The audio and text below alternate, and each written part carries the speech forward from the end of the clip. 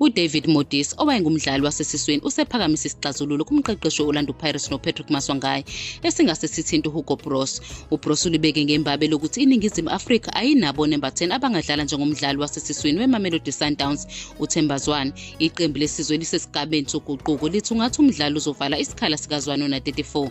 uMaswanganyi unikezwe ithuba lokuvivinywa futhi wahlaba umxhwele ngendlela adlale ngayo, washaya igoli imidlalo ilandelana bebhekene ne-Uganda neSouth Sudan kweyokuhlungela i-Africa Cup of Nations.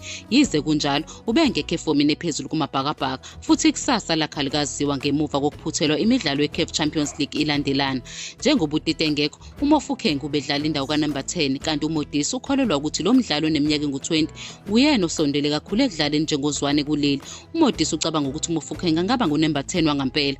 Ngombono wakhe, uMofokeng unombono nekhono lokuya phambili njengoba uZwane esalimele futhi kungalindelekile ukuthi abuye kuze kube nguMarch kuya ku-April onyaka ozayo.